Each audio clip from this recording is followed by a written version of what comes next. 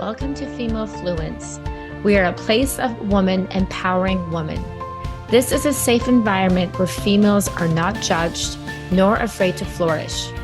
My goal is to help you live an energized life of balance, whether as a mom, a wife, or in your profession. It is time to have self-worth and self-compassion. Live in the present moment and surround yourself with only healthy connections.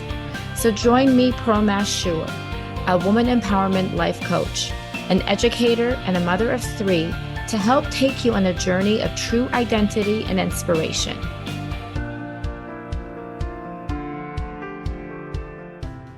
Marriage and divorce are complex realities that affect many families as they navigate life's challenges. As people age, the likelihood of divorce increases. In 2022, around 700,000 divorces and annulments were reported across 45 states. On average, men divorce at age 46 and women divorce at age 44. The presence of children adds further complexity to divorce. Having a prenup, though, can really streamline establishing agreements before the relationship deteriorates. Each year, over 1 million American children experience their parents' divorce, and statistically, half of all children born to married parents this year will witness their parents' divorce before turning 18. Divorce impacts couples and children alike, jeopardizing financial security, homes, and the stability children rely on. For individuals in emotionally abusive relationships, the decision to leave can be particularly daunting. Staying may mean sacrificing your self-respect, your happiness, and personal safety, not to mention setting a harmful example for your children. Many agonize over whether to leave for years, even in cases where abuse isn't present, but the relationship has become deeply unhappy and unfulfilling. Ultimately, everyone deserves happiness and fulfillment in life. If a marriage no longer aligns with your dreams and causes misery for both partners, it may be time to consider moving forward separately. Remember, life is precious, and everyone deserves to live happily and authentically. This is where my guest comes in. Lois Liberman, a distinguished trial lawyer, renowned for her expertise in family law.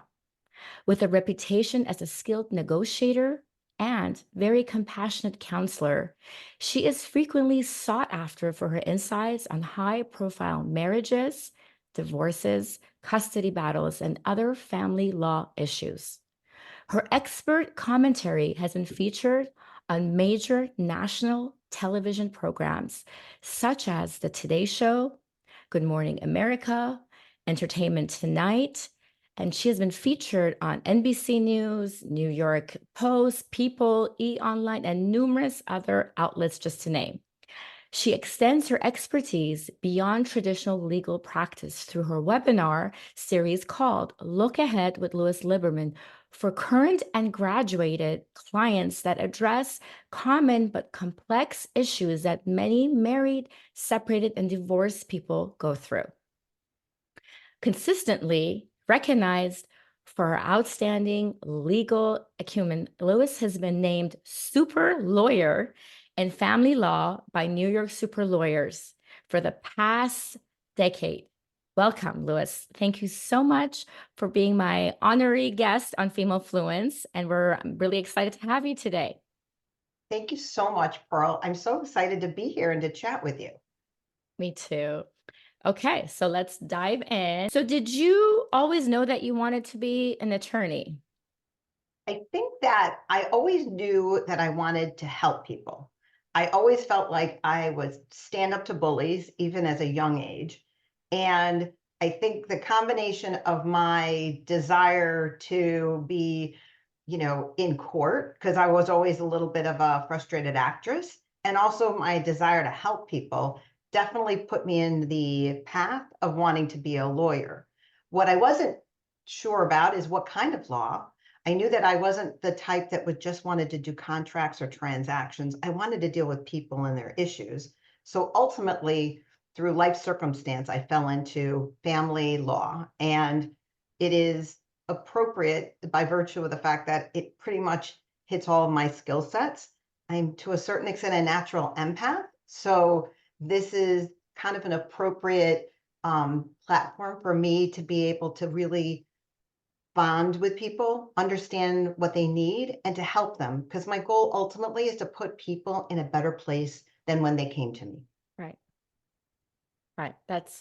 It's very self-rewarding, but at the same time, how do you, I would say, navigate the emotional challenges that comes with family law practice? Because I can't even imagine how overwhelming it can be, especially with those really hard divorces that are, not very streamlined and can get very ugly. Well, first of all, because of what I do for a living, I'm definitely dealing with clients who are, in probably the most stressful times of their life, right? So I think people talk about, death and divorce are of the similarly situated in the emotions that can arise during that situation. And to a certain extent, divorce is a death of a marriage. So the grief Yeah. process can also be, that 7 stages of grief is really what goes on to a certain extent, sometimes during the divorce, unless both people are desirous of getting out and they're both cognizant of what they want. Most of the cases that I have, usually one of the parties has either been blindsided or not as looking to do it to resolve it in a kind of like a business standpoint situation. So I'm very often utilized as a counselor in addition to a strategist. And so it is sometimes very difficult because we experience kind of the toxicity or the venting, right? It's important for clients to have an attorney that they not only can seek counsel from with respect to their legal strategy, but to sometimes be able to give them the guidance to navigate the emotional challenges that go with the divorce. So at the end of the day, when you've dealt with, 10, 12 more people, and they're venting, it can be overwhelming. Luckily, I have what's interesting from what I do for a living is that most matrimonial law firms are really boutique law firms. I happen to be in a wonderful situation where I'm part of a larger firm. Not only does that help my clients in the sense of when they have issues that are outside my bailiwick, corporate issues, tax issues, trust and estates issues, I have colleagues to be able to help them. So Right. that is extremely fulfilling. But more importantly, I have a group of people that I've worked with. Most of us have been together for 20 years. We're kind of like a family, so that by virtue of whatever happens during our day, we're able to kind of provide counsel or guidance or support for each other. And so that's extremely gratifying. And therefore, that helps in the sense in navigating the challenges of dealing with everybody's kind of venting on you. The work environment is so important for you to be able to, because you hear of these horrible, workplaces, it's like the corporate world or wherever you're working, that it's like Right. really toxic. People are not there for each other. It's just competition. But to have that kind of where you can kind of lean back and say, hey, can I talk to you? I had a really bad case. I'm having a horrible day. Just to get it out there. And so that you feel like, okay, you released it. You can kind of push the restart button and go back to your office to like finish your day off. So that's I really important. I think for me, it has not only made me, obviously, it's helped me survive. I've been doing this for over 32 years. But more importantly, I think it makes me a better counselor to my clients. Not only do I have the kind of the emotional outlet to be able to vent my own, it's kind of like when people are venting on you and you have to like let it go, as you aptly said, to be able to let that, kind of help ask somebody else to help out. But more importantly, when we problem solve together, when we have clients who are dealing with very difficult situations, not just being able to give them your advice, that sometimes you seek the counsel of your colleagues and we problem solve together. So to me, that's super helpful to all my clients and gives them a great benefit since I have the most wonderful colleagues, all different types of experiences, but more importantly, we all can kind of come together to problem solve because we all each sometimes take a challenge in our own different, unique way. So from the standpoint of my clients, sometimes they're getting the benefit of 4 or 5 lawyers who have all kind of like problem solved an issue. Right. So it's like more sets of minds, more solutions, right? So Absolutely. that's great. Okay, so now what would you do in a situation? Because your client, you have a client that visits your and she's in a very emotional state because due to some like recent very intense argument with her husband and feeling like very stressed out. But sometimes, we all have those really rough weeks back to back and things are just going bad. Like every single day, there's some overwhelming thing, whether it's financial, children, whatever it may be, and you just think, okay, that's it, I'm done, I can't handle this, I'm out of here.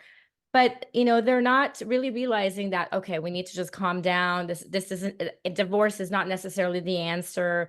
So how do you kind of guide them and redirect them to kind of tell, like, are you just having a rough day, you're having a rough month, or is this person really, really seriously ready for divorce? Because it's life changing. It's like once you start, it changes everything. That's a really important point. So first of all, I just want to be able to point out that I just think for whatever reason at this time of in our lives or in our nation, in our world, people are in extremists. I've never seen kind of a level of anxiety that almost everybody that I encounter is experiencing. Therefore, when clients, first consultations can come in, it very often can be after a huge argument or all the above that you just said. Some financial challenge, some kid challenge, some argument they just had with their spouse, all the above, right? Before somebody makes a decision about pulling the trigger and moving forward with a divorce, as you indicated, it's a life-changing event. I'm always very careful in trying to ask the potential client to kind of, first, let's just really take a breath, then whatever you need to, and then kind of analyze the situation, right? Does that individual have access to funds? Does that individual have the ability to make decisions, even if it was combative with their partner? Were they able to ultimately make the appropriate decision for their child? Do they have, is this a pattern of behavior, or is this just a culmination of everybody being at the moment in extremis? Right. I always, what I think is super important for people is that I tell them that you need information to make decisions. Nobody should ever make important life decisions just out of a reactive nature. They need to be educated. They need to know what the next steps are, and they need to do it in a calm and measured fashion. That's what I was gonna say. I said you have to be calm because you can't think when you're really upset. You're not going to really make the right choices, right? And as I always tell people, look, I'm always going to be here. I tell them you really need to analyze things. You need to really understand that of what the next chapter might look like before you make that type of life decision. And very often I say we need to do homework first, right? You need important information, financial information, expense information, what the assets are, get tax returns. There's important information to be able to be had before people can make those decisions. But sometimes it's not their decision to make, right? Very often somebody gets hit by a 2x4 and they never saw it coming. And therefore, from those kinds of standpoint, even if they're super upset, they may not have a choice. And then I will help, carry them through the next types, the next decisions and the next chapters that we need to go through. But if they're making the determination, we really have to analyze whether or not the difficulties that they're experiencing, whether or not that is a pattern, whether there's a toxicity, or whether or not this is just, just a life event that they need to kind of deal with and then make the determinations. I will be, obviously, because of my years of experience, I can smell when somebody is being abused, when they really are a victim of abuse.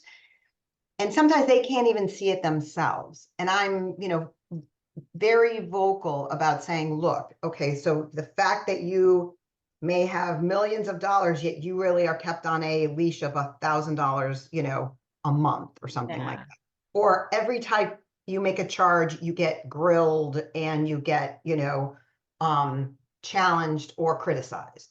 or, he didn't really mean to, but he pushed me, or, I fell down because, he was, The excuses, so, right? Yeah. right, all the excuses. So I'm very vocal about indicating that that is something that is, not healthy. And in fact, so as you indicated that I do these webinars, right? I do these look ahead with Lois Liberman salons, and I've done ones dealing with co-parenting with a narcissist. I've done one regarding coercive control. What I was shocked to learn is that children who witness verbal abuse it's almost the same trauma as those children who witness physical abuse. Right. So from the standpoint of a situation that may be unhealthy and may actually be dangerous, both to a client or to their children, I'll be very vocal about telling them what I think, just by virtue of my years of experience. Those I don't necessarily want to have them ruminate too long and say, I tell them what are the pros and cons. I think that some individuals are very surprised to learn that when they're in situations that may be dangerous for children, such as perhaps a spouse that may have a substance abuse issue and that they allow them to drive with a child or something like that, I explained to them that they could almost be deemed neglectful themselves by agencies from the state, Right. right?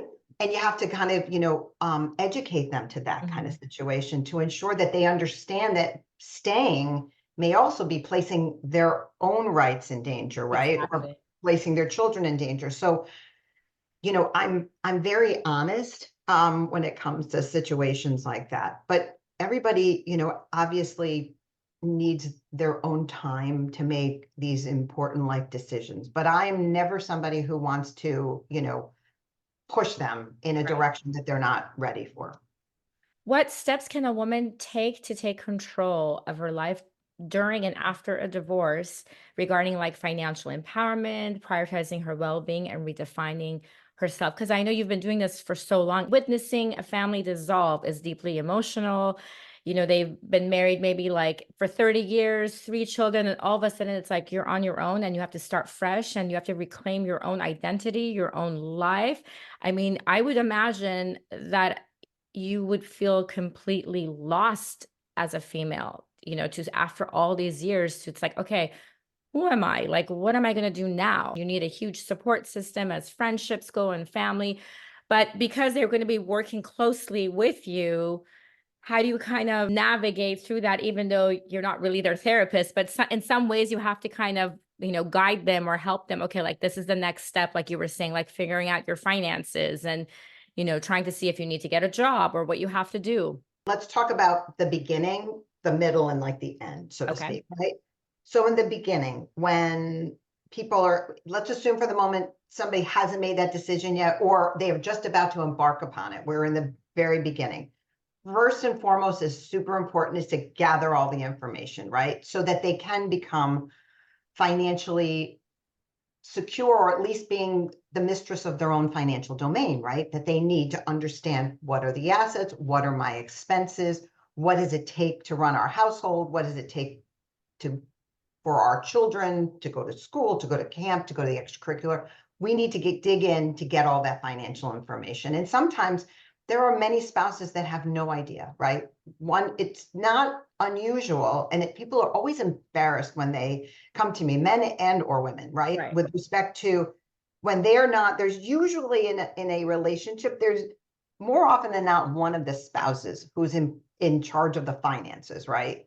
So, and it's not always just the men that do it. Sometimes it's the women who run Right. the household. I've had several men come to me and they're like, I have absolutely no, idea. I could make, I had one who made millions of dollars. He was the one that was kept on a leash because, he made the money and the wife took care of everything. But more often than not, many women don't have the financial aptitude, or that it's because they weren't given the information, or because their job is 24/7 of taking care of the children. So first, we have to understand what the marital estate is and what we think the likely outcome is going to be with respect to the division of same, and what the support's going to look like, right? And how their life is going to look like in the sense of the custodial arrangement and what, options that they will have with respect to, like, when they know the kids are under their care, and whether, how to deal with childcare and how to deal with what can they do when they're talking about writing their next chapter, right?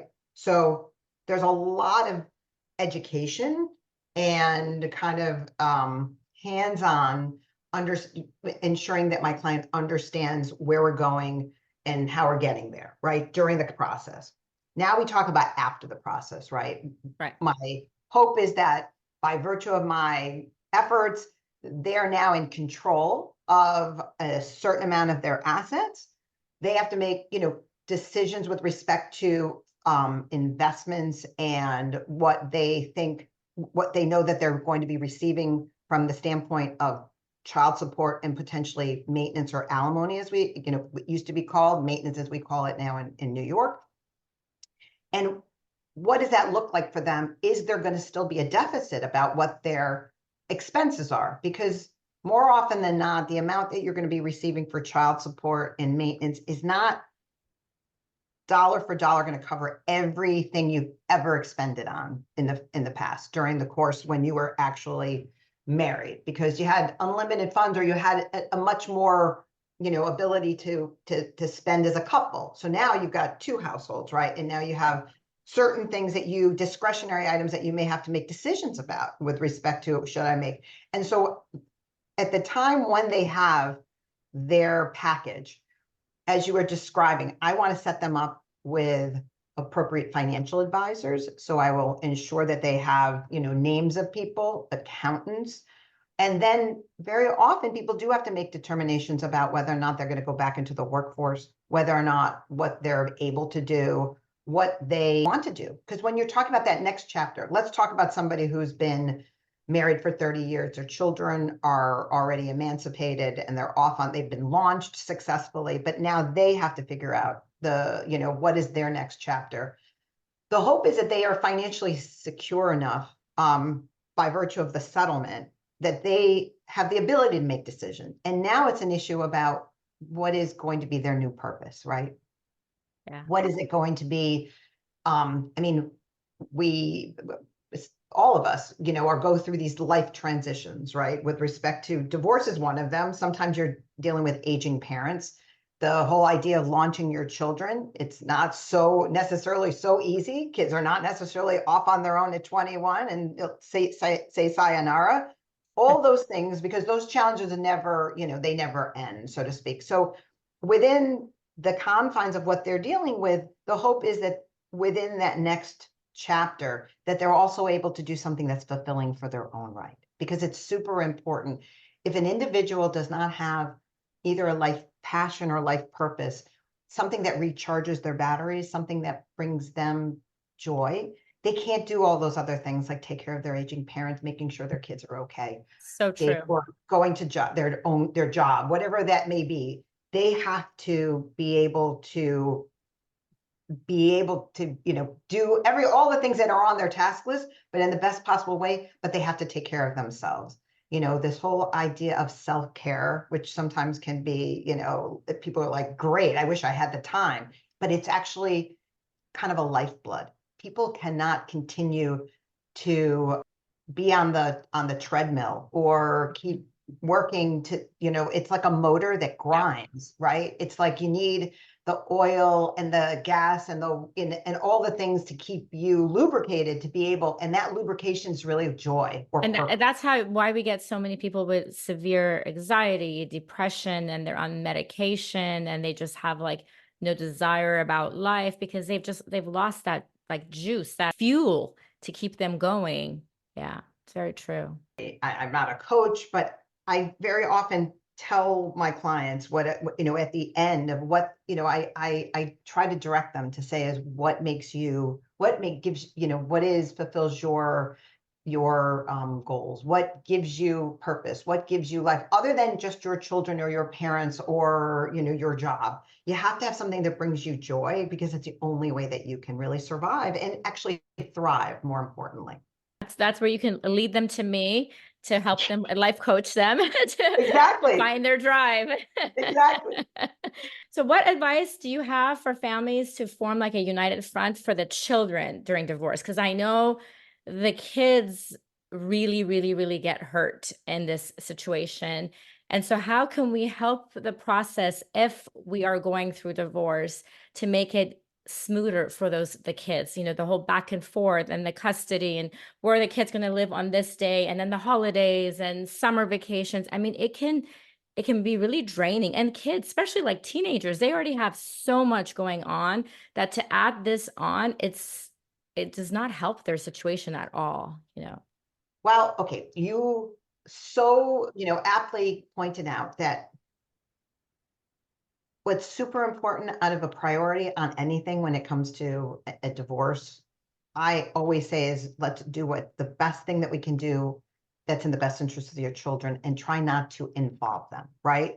And you have to do your best to, especially when you're first embarking on this situation, when you're first telling the children, you need to do it in a thoughtful fashion, in a united way, to tell the children, no matter what age they are. Because what's interestingly enough is that so many people stay in a bad marriage because they think, well, let me just get them off to college. Let me get them off.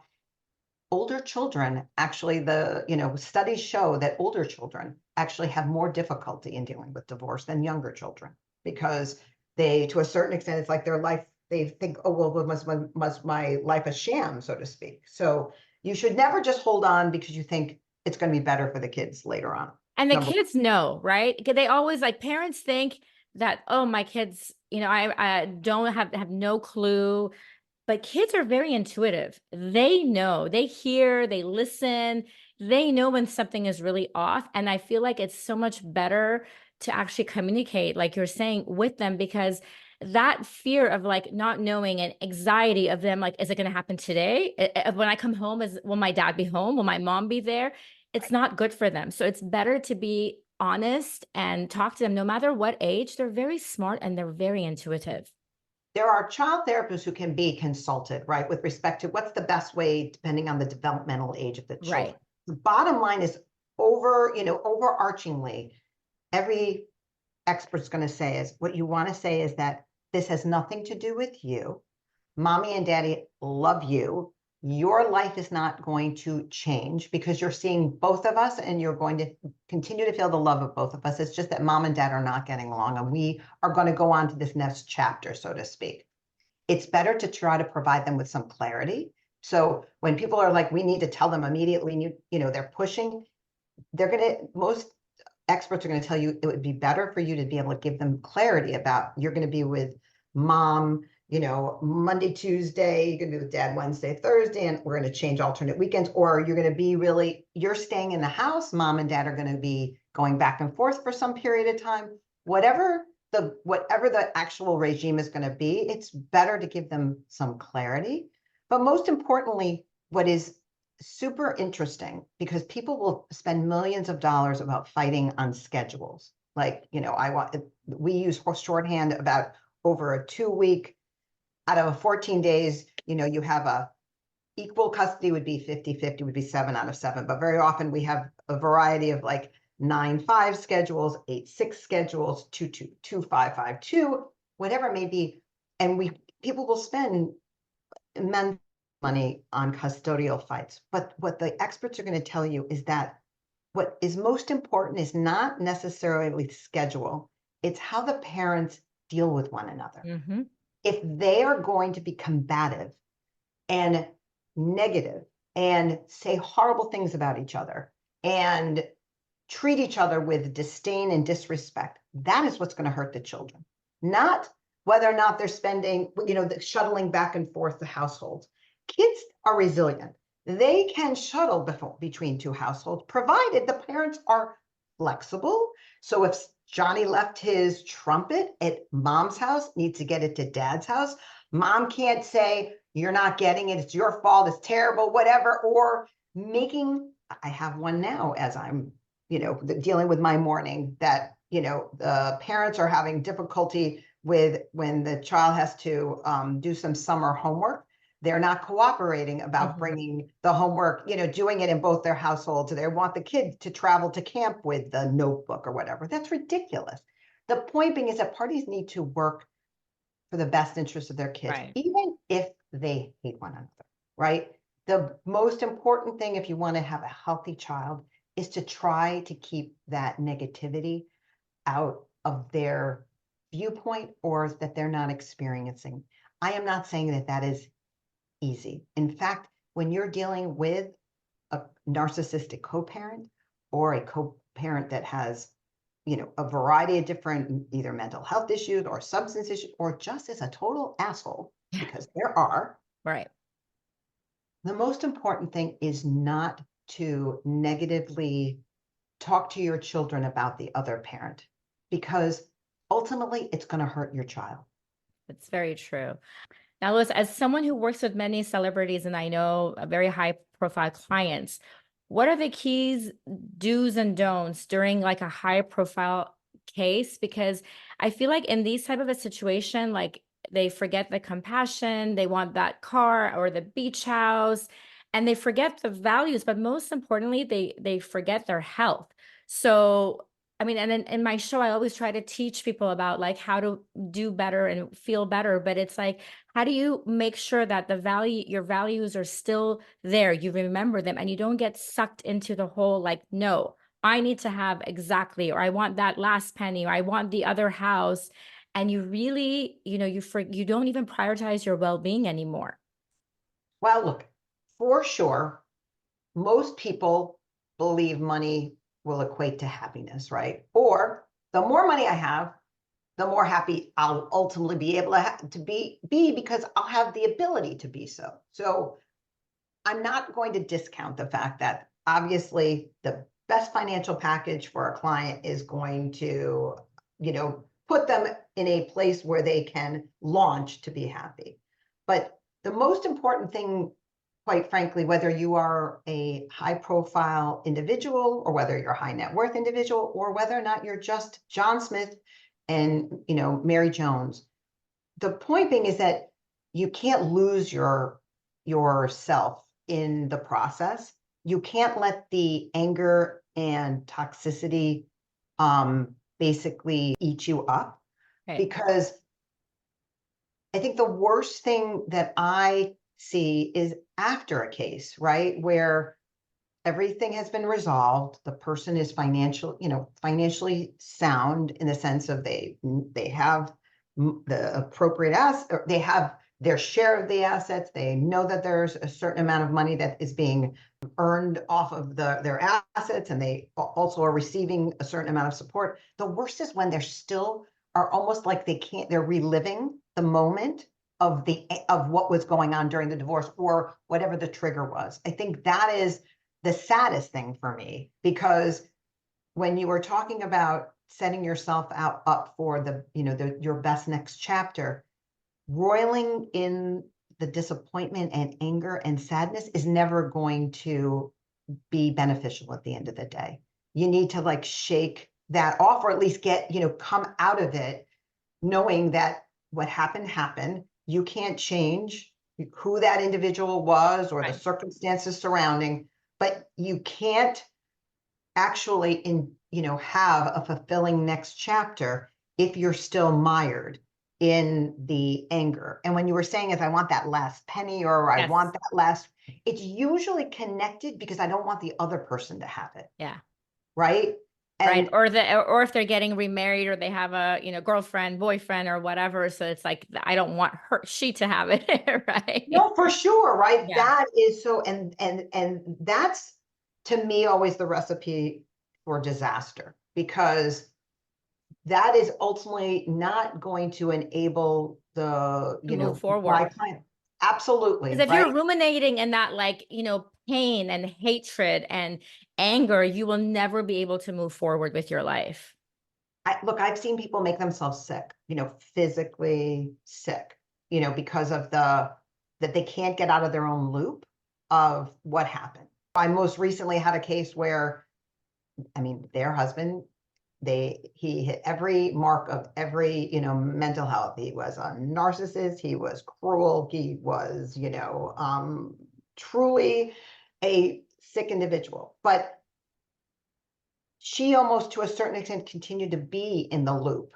She was continuing to fight and react. And I finally said to her when we were close to trying to resolve the case, and there were things that were not fair, because most often, Pearl, you're never going to say that the settlement was fair, because in the sense of, it's not fair what happened to the people, right? I can tell you that it's fair under the law, or fair under the, the rubric of our statutory regime of what, how do we divide assets, what's appropriate for support. But the idea of fairness is never can be equated, because it's not. Most people wanted to stay they wanted their family to thrive and to survive, right? Of course.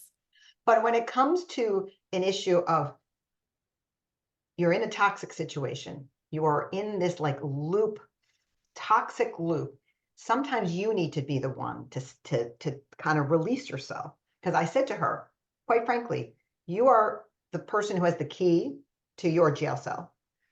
Open the door and get the frick out, or you're just going to keep being in this cycle. We need to divide your assets. We need to deal with this. And while I'm not going to tell you it's fair, because fairness equates to, if somebody's a total blank or horrible human being, you would think that they should get less of the assets, or they shouldn't be making $10 million or whatever. But that's not how, to me, hopefully life and karma, it all works itself out. But you need to be able to be the mistress of your own domain, and you need to be able to break free of that toxic cycle. So I often am counseling clients to ensure that they do that.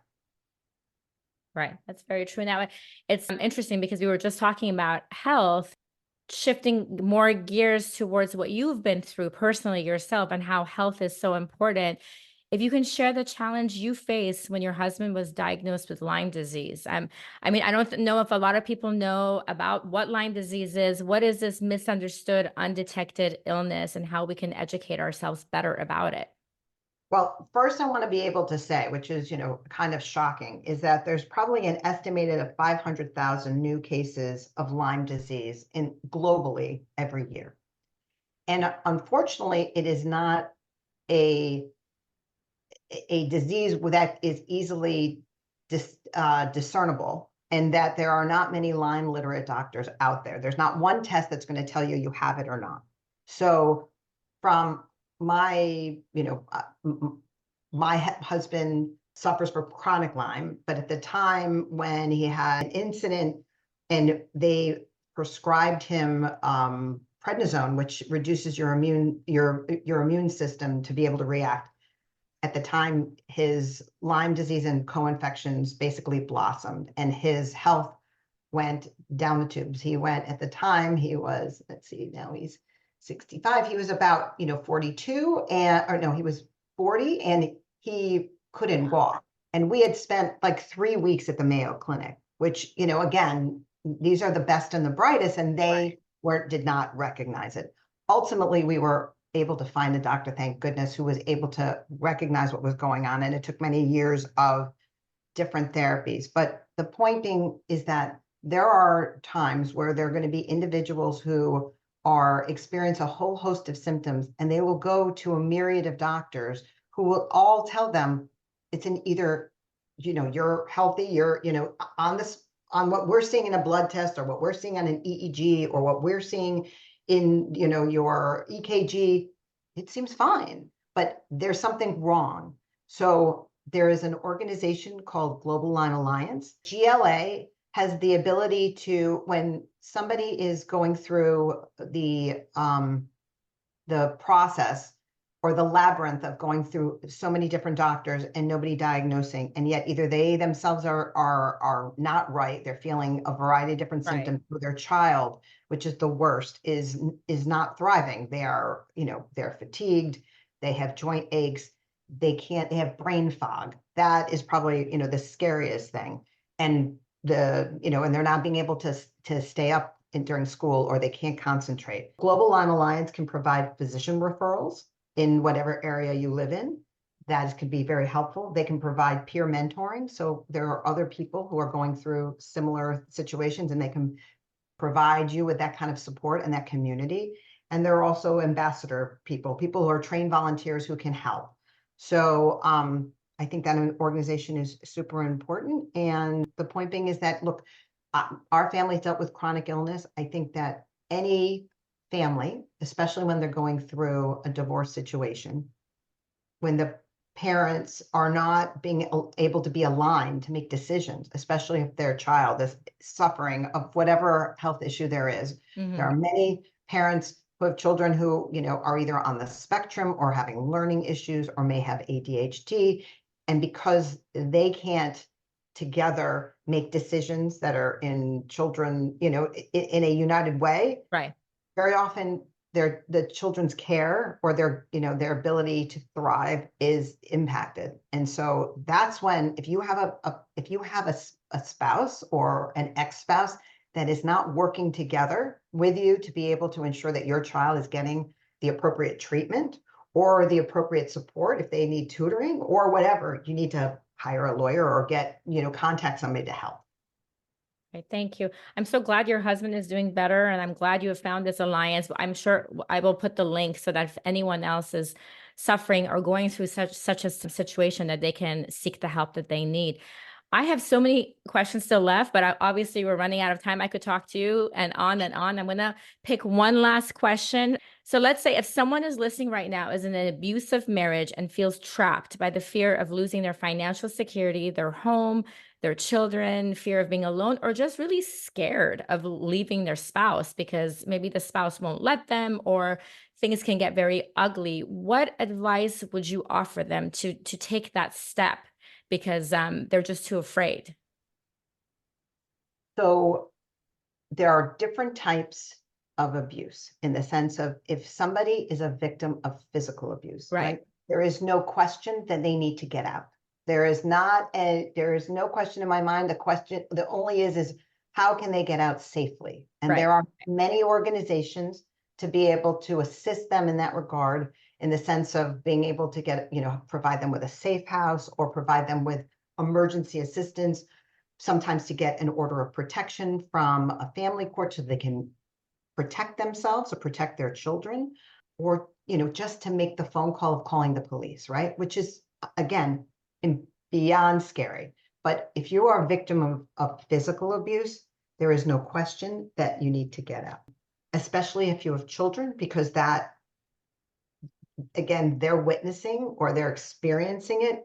Even if they're not the ones who are the targets, it is unsafe for them.